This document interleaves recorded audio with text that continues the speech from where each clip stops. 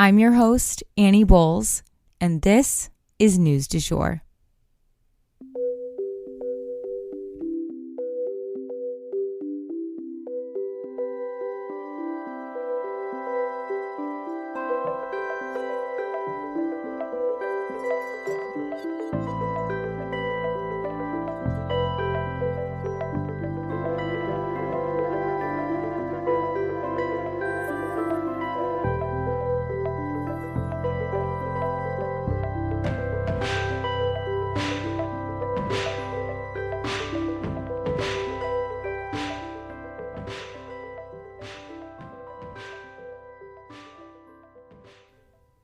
Hey everyone, and welcome back to the News du Jour, a calmer space to consume the news. So we have a ton to go over today, you guys, a ton. But before we jump into all of it, I wanted to remind you guys that tonight is the State of the Union. So that is going to be a speech from President Biden. It's going to be airing at 8 p.m. Central Time. I will be watching, as I do every time, and reporting on it back to you guys. Anything that I thought was a big revelation or anything that is of note or importance, I will relay it to you guys. But I definitely encourage you to watch it for yourselves, though. Again, it's on 8 p.m. Central Time, and it can be streamed from a laptop. If you just Google State of the Union Watch Live or something along those lines, you can watch it live on a lot of major news outlets' websites. But I'd also imagine it's on cable as well. I don't have cable, actually, so I don't know exactly where you tune in for it on cable, but whether you're watching it yourself or not, we will be covering it in tomorrow's episode with a summary, so definitely stay tuned. And without further ado, we'll go ahead and jump into the news. We don't have any mini stories today, but we have some bigger stories, starting with the earthquakes in Turkey and Syria. So you guys, unfortunately, I do have to issue a content warning here. This involves deaths from a natural disaster. Unfortunately, thousands have died in a 7.8 magnitude earthquake that rocked parts of Syria and Turkey Sunday night in the middle of the night. Most people were sleeping. The estimate is around 3,800 deaths so far. And we know that numbers like this tend to be low in the first few days following a crisis because people will be trapped. People will end up passing away at hospitals later on. So the death toll is unfortunately set to rise, and it's been rising fast. Actually, when I wrote this story out this morning, it was lower by like over 1,000. So, you know, it's just been a crazy, crazy natural disaster to try and keep tabs on. So we'll maybe be updating you guys for a couple days, but buildings at the foot of these mountains just absolutely crumbled into rubble. And there's so much rubble that there's definitely people trapped inside it. And this was by far the deadliest earthquake to hit the area in more than 2 decades and was as strong as the strongest ever recorded in the area. Then there was a second earthquake that hit, and it was almost as strong as the first. The first was 7.8, as I mentioned, and the second one was 7.5, so it was almost just as strong. It's estimated that 3,000 buildings have collapsed, and I know that a number of buildings collapsed after the earthquake, like maybe the buildings were like damaged during the quake and didn't actually fall down until afterwards. The affected area by these quakes actually spans 200 miles, according to NPR, and there is a freaking snowstorm in the area as if they needed anything else going on. Rescue teams and local officials are scrambling to set up emergency stations for those who are injured. The U.S. is already sending aid to the area, they have announced, and all of our humanitarian aid organizations that are already in Turkey are helping out as much as they can. Turkey is even sending aid to Syria, who they used to have a lot of tension with because they're still in the midst of a civil war and are definitely lacking in infrastructure right now. Online, you can actually see video footage of buildings very tall buildings that appear to be apartments coming down. And it's completely horrifying to watch, you guys. So many people are suddenly left with nothing. And it will take a long time to rebuild from this. We'll definitely keep you guys posted as this progresses over the next few days. And next up for today, have to mention Beyonce's Grammy wins. So Beyonce Knowles Carter made history last night. She won her 32nd Grammy Award, setting a new record for the most Grammy victories of all time. She won for Best Dance/Electric Music Album. Let's listen to her speech. Thank you so much. I'm trying not to be too emotional. And I'm trying to just receive this night.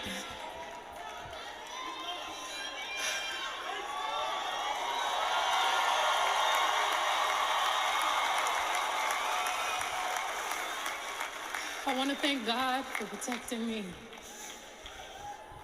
Thank you, God. I'd like to thank my Uncle Johnny, who's not here, but he's here in spirit. I'd like to thank my parents, my father, my mother, for loving me and pushing me. I'd like to thank my beautiful husband, my beautiful 3 children who are at home watching. I'd like to thank the queer community for your love and for inventing this genre. God bless you. Thank you so much to the Grammys. Thank you. So Beyonce's Uncle Johnny was gay and passed away from AIDS. She had spoken out a bunch of different times about the huge impact that he had on her career, from dance to her costumes to her music overall. Beyonce has now been nominated for 88 Grammys in total. Now, her fans were still a little miffed though, don't get me wrong. Beyonce fans feel that she is always winning these kind of side awards and none of the big ones.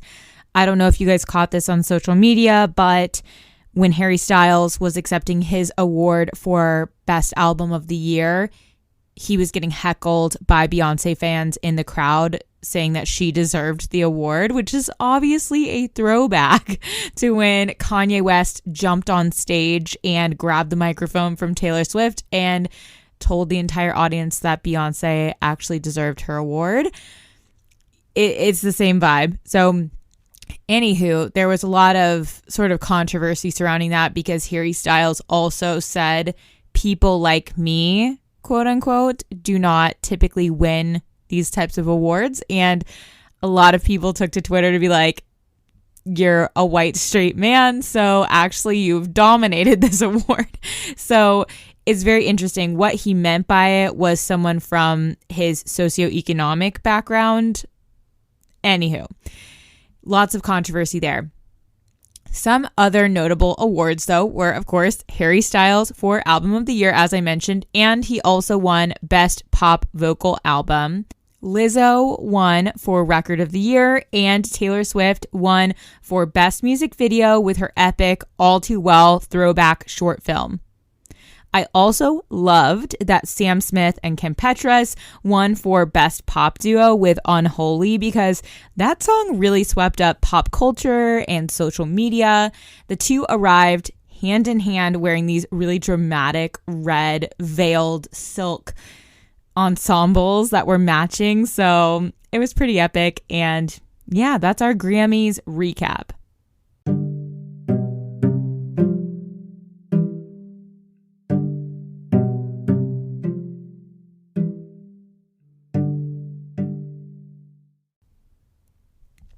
And lastly for today, this is kind of a longer story, so buckle up. George Santos again, you guys. There is more. I cannot believe it just keeps going and going.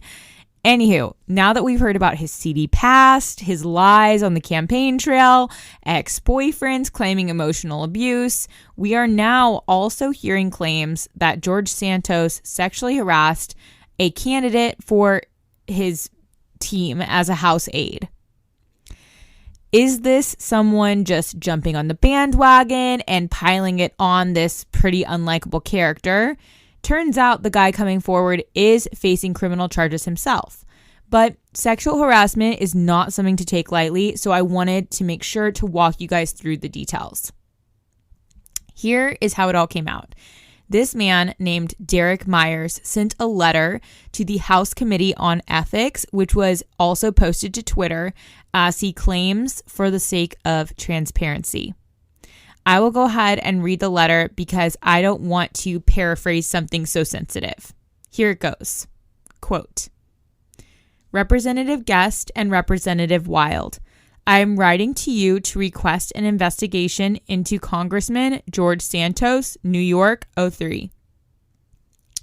In January 2023, I was interviewed for and offered a job by the congressman to be his, quote, legislative correspondent, end quote, and staff assistant in his DC office. The position was offered to me Monday, January 23rd. I proceeded to fill out all my onboarding new hire paperwork and submit it that evening. Later that evening, I was asked by the office chief of staff, Charlie Lovett, to come into the office the next day to be introduced to the staff.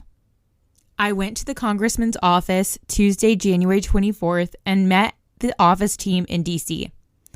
I was assigned a desk and told what my job duties were. I spent the rest of my day performing work for the congressman and escorting him around the building.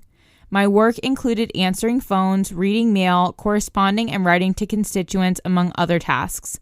I was told that my title was volunteer until my paperwork could be processed through the payroll department. I was told this process could take several days, but that I would work in the office until then under the title volunteer. Since this, I have learned that such volunteer work within a congressional office without the correct procedures being followed is a violation of the House ethics, and I am requesting that this serve as an official request for an investigation into the violation of allowing a volunteer to work in the workplace and offload work from paid staff members onto the volunteer with the promise of future employment. Secondly, I am writing to request an investigation into sexual harassment by the congressman. On Wednesday, January 25th, I was alone with the congressman in his personal office going over mail correspondence from constituents and making my recommendations for which letters we should respond to. The congressman earlier in the day had asked me if I had a Grindr profile, which is widely known as an LGBTQ plus social networking app more commonly used for sexual intercourse. The congressman shared with me that he himself had a profile. While I was in his personal office reviewing the mail, he also called me buddy and insisted I sit next to him on a small sofa. I proceeded to move forward with a discussion about the mail, but the congressman stopped me by placing his hand on my left leg near my knee, saying, "Hey buddy, we're going to karaoke tonight. Would you like to go?"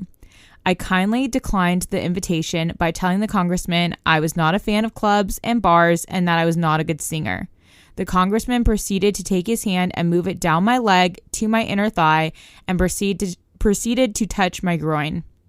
He proceeded to look at me and say, "My husband is out of town tonight if you want to come over," and went on to tell me where he lived. I quickly pushed the congressman's hand away and grabbed the mail from the table and proceeded to discuss the topic of constituent correspondence. Shortly thereafter, I left the personal office and returned to my desk. On Monday, January 30th, I was called into the congressman's office and asked about my background as a journalist. I was questioned about matters that had already been disclosed in my conversations with hiring managers from the congressman's office prior to my job offer. On Wednesday, February 1st, I was informed that my offer was being rescinded. I'm requesting an investigation into the sexual harassment of Congressman Santos, as well as his violation of House ethics rules on volunteering in the workplace by having staff offload work onto the volunteer with the promise of employment. Signed, Derek Myers. End quote. When he posted this to social media, he also wrote the following tweet with it. Quote, These matters will not be litigated on social media or through the news media. They are serious offenses, and the evidence and facts will speak for themselves if the committee takes up this matter. This tweet is being made public in light of transparency." End quote. But then, of course, the media gets a hold of this and starts digging into Derek's past. And he's had some scandals all of his own. So Derek was charged with wiretapping in Ohio when he published audio from a courtroom that was sent to him. But Derek also had secretly recorded Santos and his chief of staff as well, which is also not a great look. So who knows how much or if any of this is true, but I do hope that it is investigated by the committee, because both of these things are really serious offenses and we need to get to the bottom of what exactly happened. So if Santos's days didn't look numbered before, they do even more so now. We will be sure to keep you guys posted. And that is the news du jour. Today, I wanted to leave you guys with the quote, "The quality of your life ultimately depends on the quality of your decisions." If you enjoyed this episode, please subscribe on whatever podcast platform you use to listen. A rate and review or shout out on social media would mean the world to us and help us be able to keep creating the news du jour. But the best way to support all of our work is to become a patron at www.patreon.com/sugarfreemedia. You can also follow us on social media under sugarfreemedia.co on Instagram and just sugarfreemedia, all one word, on TikTok. We appreciate you listening and look forward to telling you about the news again next time on News du Jour. Broadcasting from